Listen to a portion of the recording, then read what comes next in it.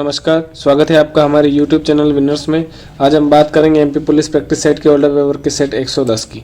जैसा कि आपको स्क्रीन पर दिखाया जा रहा है, हम पुलिस कांस्टेबल रिक्रूटमेंट टेस्ट के 2017 के जो पेपर है वो हल कर रहे हैं और 10 सितंबर 2017 का मॉर्निंग शिफ्ट का पेपर हमने स्टार्ट किया था।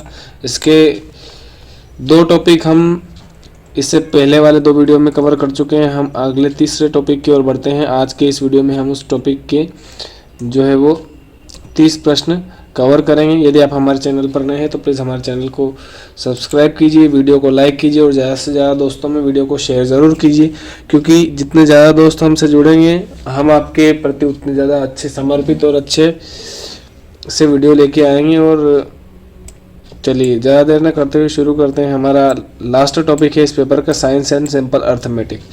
तो इसके जो 30 प्रश्न हैं वो हम इस वीडियो में हल करने वाले हैं। प्रश्न क्रमांक पहला है, निम्नलिखित के विषय में से कौन सा कथन गलत है? PbO plus C is equal to Pb plus CO। मतलब लेड ऑक्साइड और कार्बन की क्रिया हो रही है और क्या बन रहा है? लेड और कार्बन मोनोऑक्साइड बन रहा है। तो इस प्रकार की क्रिया जिसमें हो क्या रहा है, जैसा कि आपको दिख रहा होगा कि ऑक्सीजन जो है वो लेड से हटकर कार्बन पर जुड़ रहा है। तो इस प्रकार की क्रिया कहलाती है चय अपचयन अभिक्रिया। जैसा कि सेकंड ऑप्शन में दे रखा है, ये चय अपचयन अभिक्रिया है। और जिससे ये हट रहा है उसका क्या होता है? उसका होता है अपचयन। तो यानी यहाँ लेड का क्या हो रहा है? अपचयन हो रहा है, ठीक है ना। और जिसमें आके जुड़ता है, यानी कार्बन में आके ऑक्सीजन जुड़ रहा है, तो कार्बन का क्या हो रहा है? ऑक्सीकरण, ठीक है। ये यहाँ ऑक्सीकरण हो रहा है कार्बन का। तो अब ये क्या बोल रहा है, जो गलत है वो देखना है। तो यहाँ पहला वाला क्या है? कार्बन का ऑक्सीकरण हो रहा है, तो ये बात तो सही है। यही बात तो मैंने आपसे बताया कि जिससे कार्बन जुड़ता है उसका ऑक्सीकरण होता है। और चय अपचयन अभिक्रिया ये है, ये भी बात सही है। लेड ऑक्साइड अपचयित होता है, तो बिल्कुल मैंने अभी बताया लेड ऑक्साइड का क्या हो रहा है? अपचयन। अपचयन का मतलब होता है ऑक्सीजन का दूर हटना। अब क्या बोल रहा है? लेड ऑक्सीकृत होता है? नहीं, लेड ऑक्सीकृत नहीं होता है, लेड का अपचयन होता है। तो फोर्थ ऑप्शन जो है वो हमारा आंसर हो जाएगा, क्योंकि ये हमसे पूछ रहा है कि कौन सा गलत है, तो फोर्थ गलत है। चलते हैं हमारा अगला प्रश्न। तो अगला प्रश्न है हमारे पास, 25√3 सेंटीमीटर स्क्वायर क्षेत्रफल वाले एक समबाहु त्रिभुज की भुजा क्या होगी? 5√3, 20, 10 या 8? तो आप सभी को इसका फॉर्मूला पता होगा। क्षेत्रफल क्या होता है? समबाहु त्रिभुज के क्षेत्रफल का फॉर्मूला होता है √3/4 भुजा स्क्वायर। तो भुजा मान लेते हैं A बराबर क्या दे रखा है इसने? क्षेत्रफल दे रखा है 25√3। 25√3, तो √3 से √3 कट जाएगा। 25 चौक क्या हो जाएगा? 100। तो A स्क्वायर बराबर क्या है? 100 है। तो A का मान क्या होगा? 100 का अंडर रूट कर दीजिए। 100 का अंडर रूट 10 सेंटीमीटर हमारा उत्तर है। चलते हैं हमारा अगला प्रश्न।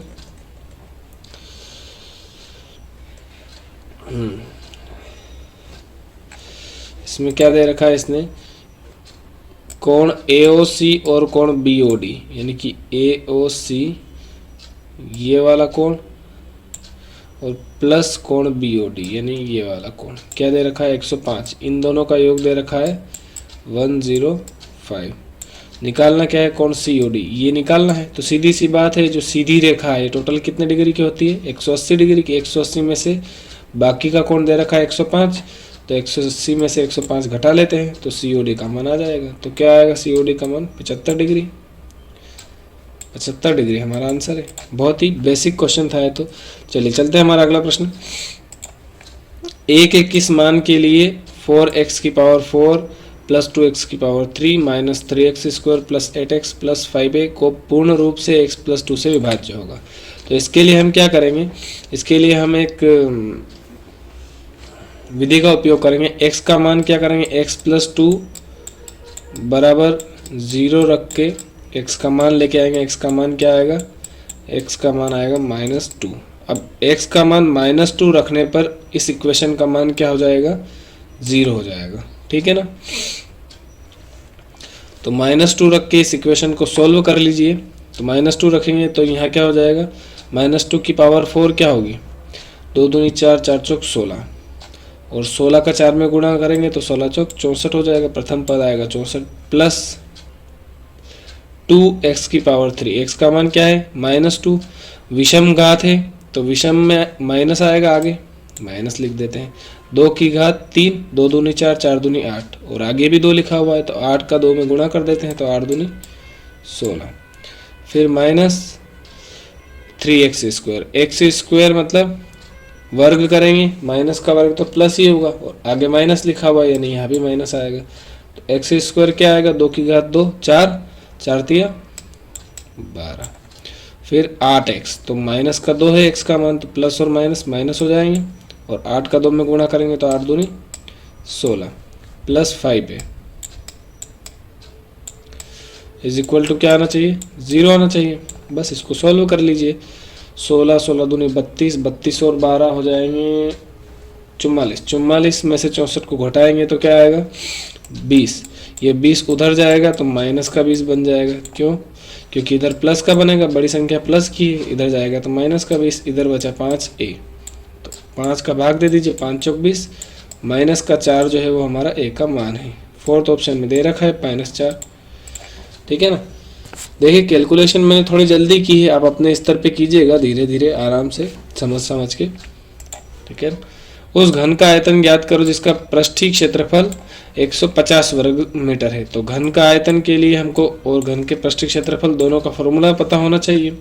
घन का पृष्ठीय क्षेत्रफल होता है 6a स्क्वायर, 6a स्क्वायर बराबर दे रखा है 150, तो a का मान निकाल लेते हैं, 6 का भाग दे दीजिए तो 25 छंग 150, तो a स्क्वायर बराबर अगर 25 दे रखा है तो a का मान क्या हो जाएगा, a का मान हो जाएगा 5।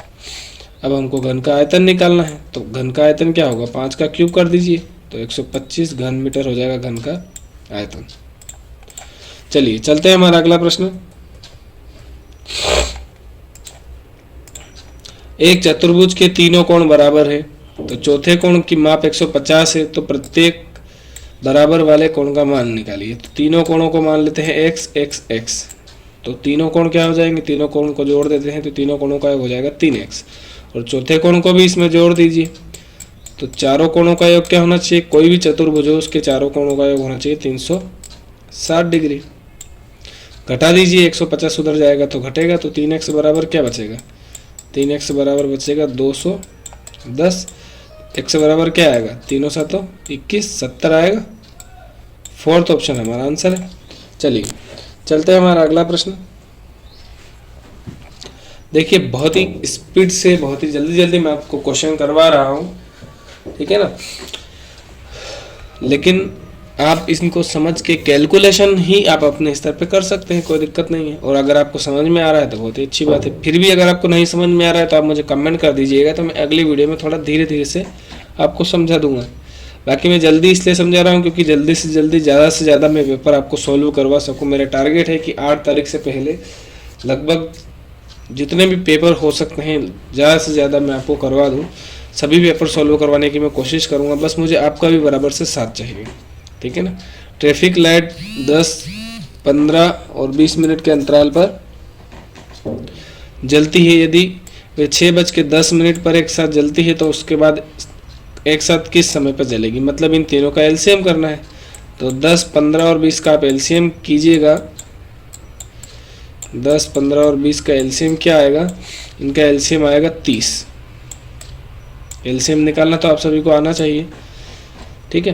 तो ये हर 30 मिनट के बाद फिर से एक साथ जलेगी। तो 6:10 पे जली थी, उसके बाद 30 मिनट के बाद देखेंगे तो क्या टाइम आएगा, 6:40 आएगा। 6:40 तो ऑप्शन में दे नहीं रखा है, तो चलिए आगे चलते हैं। 6:40 के बाद फिर 30 मिनट बाद देखते हैं, तो फिर 30 मिनट बाद बज रहा है 7:10 हो रहा है। 7:10 दे रखा है फर्स्ट ऑप्शन में। फर्स्ट ऑप्शन हमारा करेक्ट आंसर है। चलिए चलते हैं हमारा अगला प्रश्न। राहुल ने विक्रय मूल्य का 20% लाभ का अनुमान लगाया, तो उसका वास्तविक लाभ प्रतिशत कितना है, ठीक है ना। अनुमानित में अगर 20% आ रहा है तो वास्तविक लाभ प्रतिशत होगा 25%, ठीक है। चलते हैं हमारा अगला प्रश्न। निम्न में से कौन सा एक पूर्ण वर्ग है। पूर्ण वर्ग तो ये भी है, ये भी है और ये भी है। क्वेश्चन अंग्रेजी में पढ़ते हैं, मुझे लगता है कुछ गड़बड़ है। Which of the following is not a perfect square, not a मतलब पूर्ण वर्ग नहीं है। यहाँ पे नहीं, मुझे लगता है प्रिंट नहीं हुआ है। क्वेश्चन ये यहाँ पे यह रहेगा कि निम्न में से कौन सा एक पूर्ण वर्ग नहीं है। तो 1152 जो है वो पूर्ण वर्ग नहीं है।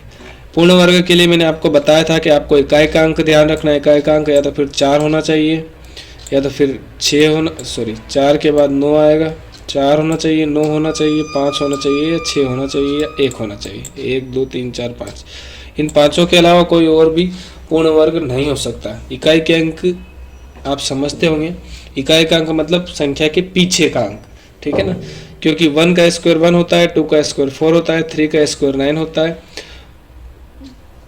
ठीक है ना, फिर 4 का स्क्वायर 6 होता है, 5 का स्क्वायर 5 भी होता है। मतलब इकाई का अंक बता रहा हूँ मैं। आगे भी आप चलोगे कोई भी ऐसा स्क्वायर नहीं होगा जिसमें इकाई का अंक, इसके अलावा कोई और इकाई का अंक नहीं हो सकता। 1 4 9 और 5 और 6, तो यहाँ पर 5 1 1 है, लेकिन 2 इकाई का अंक हो ही नहीं सकता। तो आपको स्क्वायर याद नहीं भी हो तो भी यहाँ आप कर सकते हैं, लेकिन बेसिकली मैं आपको बताता हूँ कि कम से कम आपको 25 तक स्क्वायर याद होने चाहिए। चलते हैं हमारा अगला प्रश्न।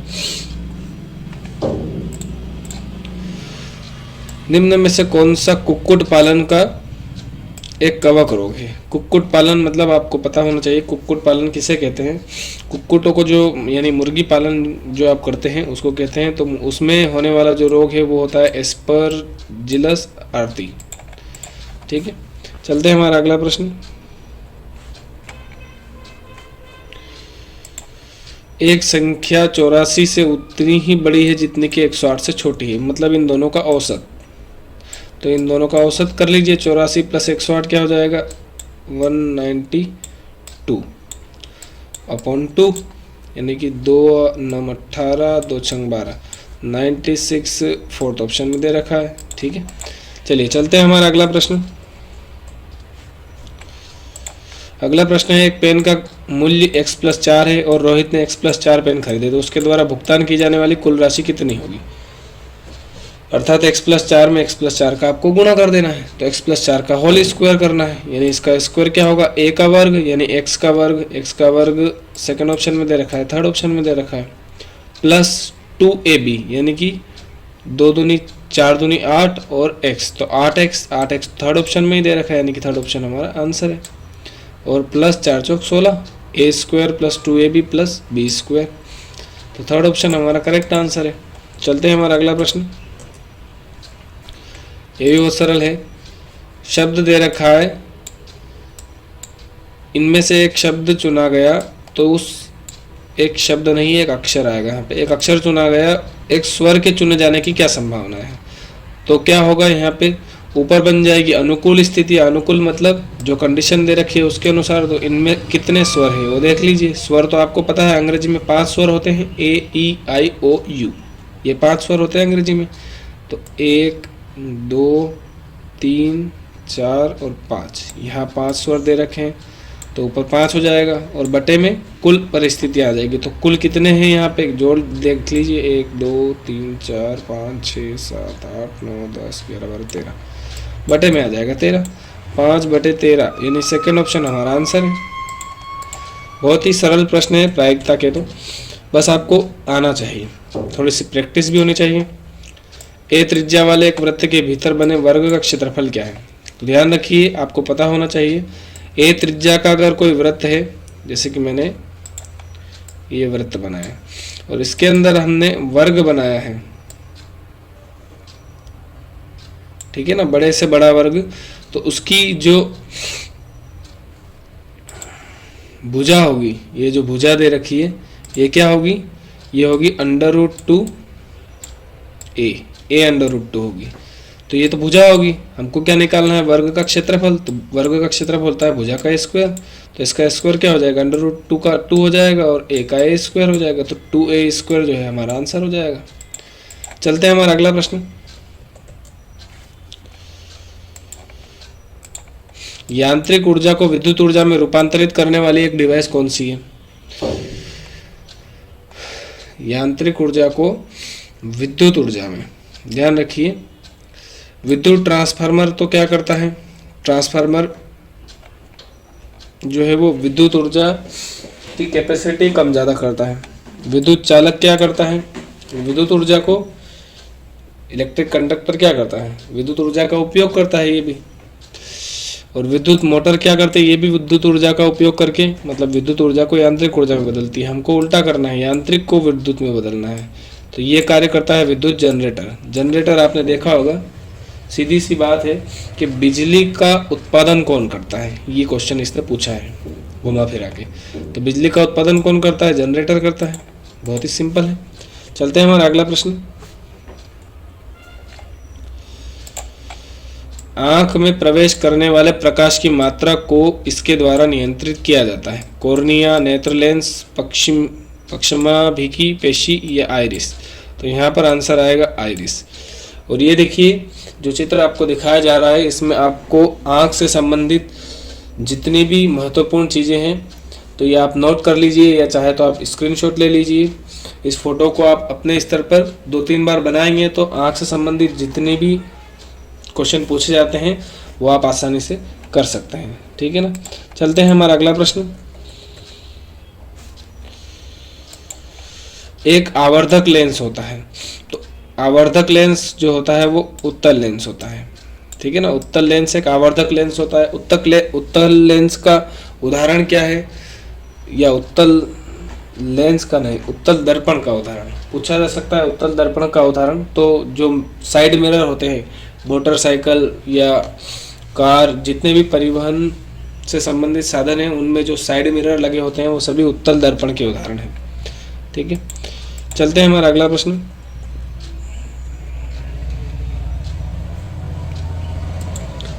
पशु उत्तक जो स्त्राव और अवशोषण में सहायता करता है, तो ये उत्तक हमारे शरीर के अंदर भी पाया जाता है।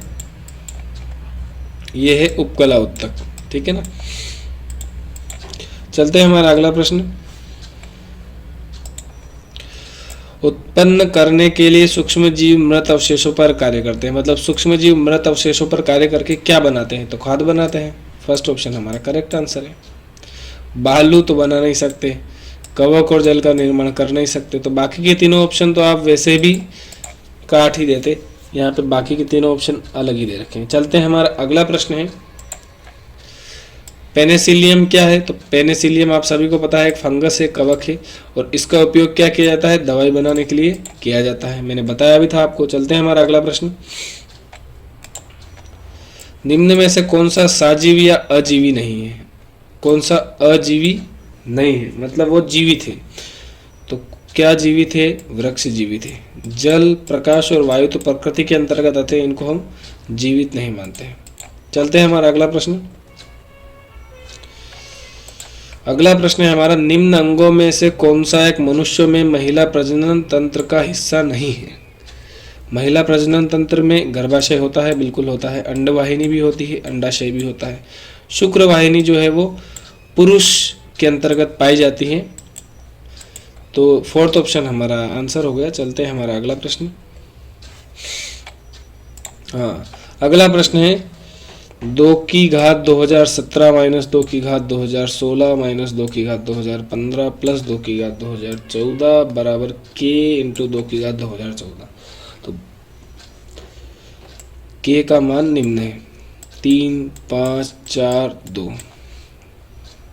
बहुत सारे तो इस प्रकार का क्वेश्चन देख के भाग जाते हैं, अरे यार ये तो बहुत ज़्यादा टफ प्रश्न है, ये तो हो ही नहीं पाएगा, जबकि ये बहुत सरल प्रश्न है। हमको क्या करना है, देखिए हमको क्या करना है, 2 की घात 2014 में सबको बांट देना है। तो यहाँ 2 की घात 2014 में इसको बांटेंगे तो क्या बनेगा, 2 की घात 2014 इंटू में बाकी की घातें जितनी हमने कम की, 17 में से 14 घटा देते हैं तो 3 घातें कम की, तो 3 घातें अलग लिख दीजिए। माइनस यहाँ पे भी क्या करेंगे, 14 बनाने के लिए 2 घातें कम करेंगे तो 2 की घात 2 इंटू 2 की घात 2014 हो जाएगा। फिर माइनस 2 की घात 2015 को 14 बनाने के लिए 1, 2 की घात 1 अलग कर लेंगे, 2 की घात 2014 ऐसा कैसा ही, प्लस 2 की घात 2014 ऐसा कैसा ही, ये तो बना हुआ ही है, इसमें से कुछ भी निकालने की ज़रूरत नहीं है। 2 की घात 2014 हो गया, ठीक है ना, ये गलत है। बराबर में क्या दे रखा है, k इंटू 2 की घात 2014।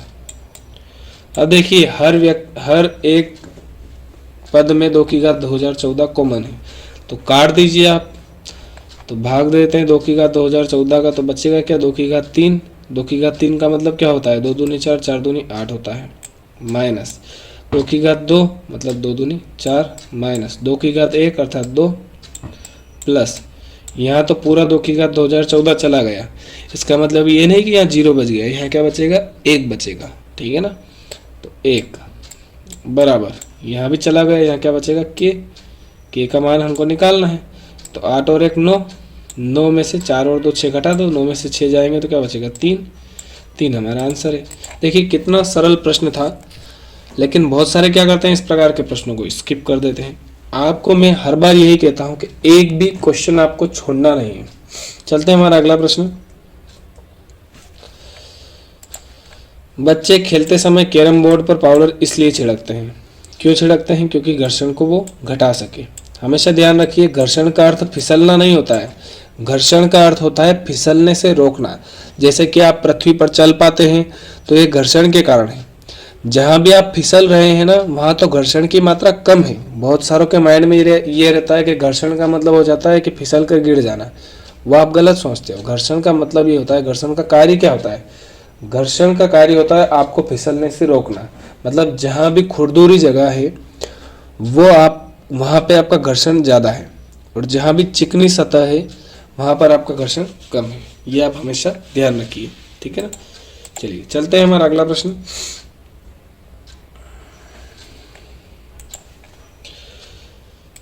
ए बी और सी डी ओ केंद्र वाले एक वृत्त की दो ऐसी समान जीवाएं हैं कि कोण ए ओ बी बराबर 80 डिग्री, तो कोण सी ओ डी बराबर क्या होगा? तो सबसे पहले तो मैं आपको चित्र बना देता हूं, ठीक है ना। इसके बाद ये जो जिस प्रकार से कह रहा है उस प्रकार की आकृति बना लेते हैं।